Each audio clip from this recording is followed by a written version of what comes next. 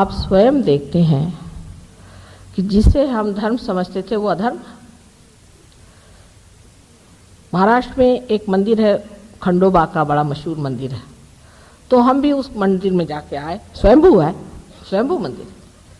जाकर आए तो हमारे एक सहयोगी बेचारे बुजुर्ग थे, वो भी खंडोबा के मंदिर गए, तो हमारे पीछे पीछे, और लौट के आए तो बेहोश होके गिर गए। मैंने कहा हुआ कैसा? माँ आप गए थे तो हम भी गए खंडोबा, और फिर आगे क्या हुआ? और तो कुछ नहीं। मैंने कहा ये आपको टीका किसने लगाया? हाँ, वहाँ एक पंडित बैठा था, उसने ये टीका लगाया और हमने उसको 10 रुपया दे दिया। मैंने कहा वाह वाह, और उसके बदले ये चक्कर आप ले लीजिए। उससे टीका लगाने की क्या जरूरत है? अरे आप जागरूक सहयोगी हैं, आपका आज्ञा चक्र जागरूक है, हर आदमी से आप अपने ऊपर लगाते हैं। विलियम ब्लेक ने कहा है कि पादरी लोग, आप जानते हैं कि सबको बपतिस्मा देते हैं सब, और वो सर पे ऐसे यहाँ हाथ रख के पानी रख के कि तू भाई अब हो गया पार, झूठ मूठ का नाटक होता है। ऐसे नाटक जैसे अपने यहाँ यज्ञोपवीत बनाते। तो उसने कहा कि a priest cursed on my head in my childhood. So ये जो रिचुअल्स हमारे यहाँ हैं, ये जो हम मानते हैं कि ये धर्म विधि है, ये धर्म विधि नहीं, क्योंकि वही धर्म विधि कर सकता है जो आत्म साक्षात्कारी है। जो आत्म साक्षात्कारी नहीं, वो अगर धर्म विधि करे तो उसको नुकसान होता है। वृंदावन से एक बड़े पंडित जी आए, कहले माँ पता नहीं क्या हमारे यहाँ है कि हर आदमी हमारे फैमिली में हाई ब्लड प्रेशर से मरता है, और अब मेरा छोटा लड़का, उसको भी हाई ब्लड प्रेशर होगा, और हम तो हित कर रहे हैं। हमने कहा अच्छा कैसा हित कर रहे भाई? नहीं मतलब हमारे मंदिर का नाम ही हित मंदिर है। अच्छा, और करते क्या हो? राधा जी को लहंगा दुपट्टा पहना देते हैं और कृष्ण जी को भोग लगा देते हैं। मैं तो वो तो खाते भी नहीं, तुम क्या भोग लगाओगे? और राधा जी पहनती क्या है? उनका नहीं नहीं साहब, हम तो जो भी आता है उसमें से सब उनको बनवा देते हैं। मैंने कहा उसमें से आप कितना खाते हो वो बता दो। अब वो तो खाना ही हुआ, हमें चरितार्थ अपना चलाता। मैंने कहा आपके चरित्र में कोई अर्थ ही नहीं, आप चरितार्थ क्या चला रहे? तो अपने में ये समझना चाहिए कि धर्म की भावना जो हमारे अंदर है वो कितनी गलत है। खाने पीने में भी हम धर्म की भावना बहुत गलत रखते हैं। जिस इंसान में उसकी राइट साइड बहुत ज़बरदस्त हो, उसके लिए एक तरह का भोजन ठीक है, जिसकी साइड लेफ्ट साइड खराब हो उसके लिए दूसरे तरह का भोजन है। हमारे आयुर्वेद में भी ये माना जाता है कि प्रकृति के अनुसार मनुष्य का भोजन होना चाहिए, लेकिन उस पर भी मेरे ख्याल से काफ़ी आक्रमण हो गया है। सहयोग में आपको बताया जाएगा कि आपकी प्रकृति क्या है और उसके अनुसार आप अपना भोजन करें। अब कोई लोग राइट साइडेड क्यों है या लेफ्ट साइडेड क्यों है, इसका इतिहास ढूंढने की कोई ज़रूरत नहीं, जो साक्षात इस समय है वो देखना चाहिए। सो सहयोग में आज वर्तमान इस वक्त आपको क्या तकलीफ है वो देखी जाएगी। कल हो सकता है कि आप एकदम ठीक हो जाए। अभी मैं मद्रास में थी, एक औरत आई, उसने बताया कि मेरे सब गंडमाल हो गई है और डॉक्टर कहते हैं सब कैंसर है, और वो ऐसा मुंह पे कपड़ा बांध के आई। तो कहा अच्छा बैठ जाओ बत्ती लेकर के। 10 मिनट बाद मैंने कहा अच्छा तुम्हारा ये खोलो तो सही, देखते हैं सब गायब। सब लोग कहने लगे वाकई था, हाँ कह ले, इतने सूजे सूजे थे, सब गायब हो गए। कैसे गायब हुआ? क्योंकि उन पे लेफ्ट साइड की बाधा थी और वो निकल गई, वो साफ हो गई, ठीक हो गई। कोई एक पागल आदमी आके बैठता है, दूसरे मिनट आप देखते हैं कि ठीक हो जाता है। कैसे? क्योंकि उस पर कोई इस तरह का असर था जो निकल गया वो ठीक हो गया।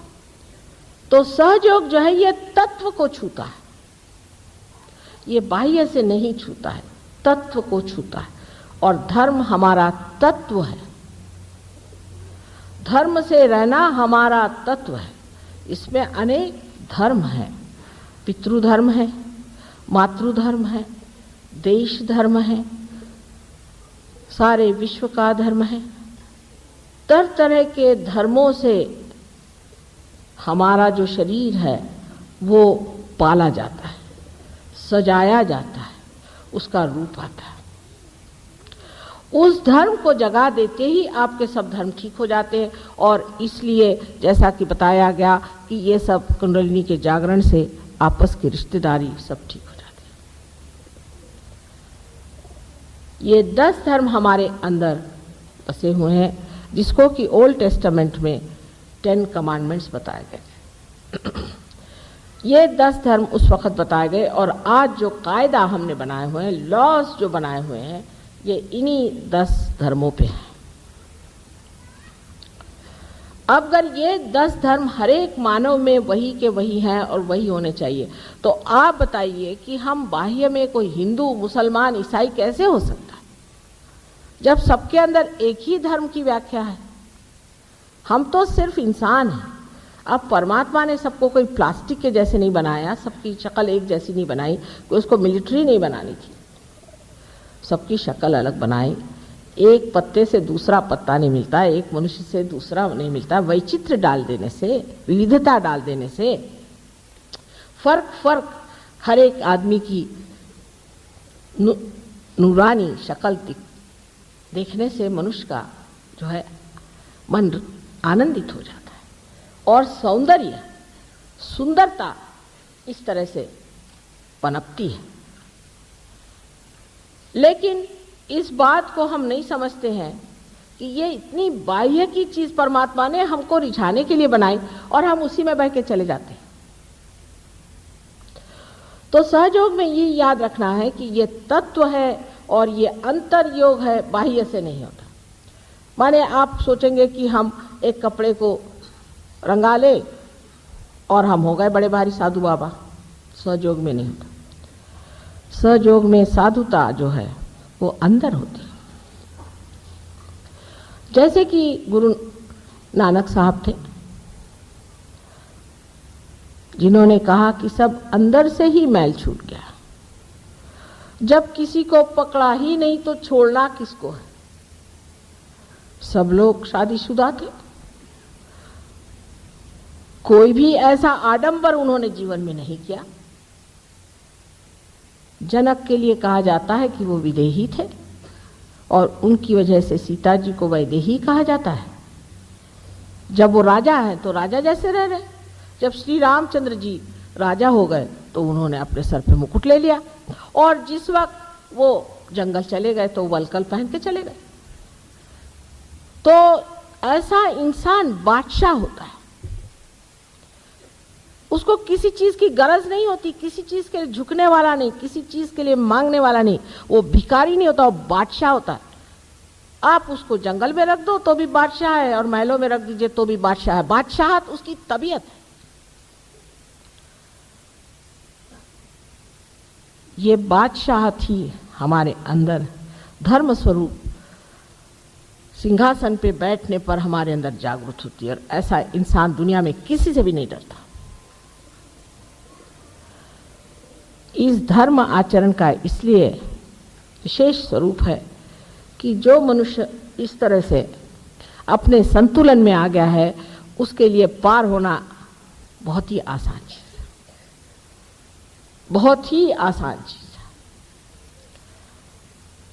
लेकिन सबसे जो बड़ी बात हमें पता होनी चाहिए कि सहयोग में हम सब धर्मों का अत्यंत आदर करते हैं, क्योंकि सब हमारे अंदर, अगर मोहम्मद साहब भी हमारे अंदर हैं और कृष्ण भी हमारे अंदर हैं, तो हम किसका अपमान करेंगे?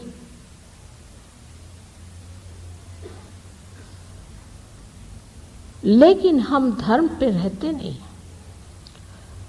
धर्म से हम विचलित हो जाते हैं, सहयोग में आने के बाद भी थोड़ी देर ऐसे ही चलती है उथल पुथल, बाद में अपने आप कुंडलिनी बांधते चली जाती है और आप भी बनते चले जाते हैं।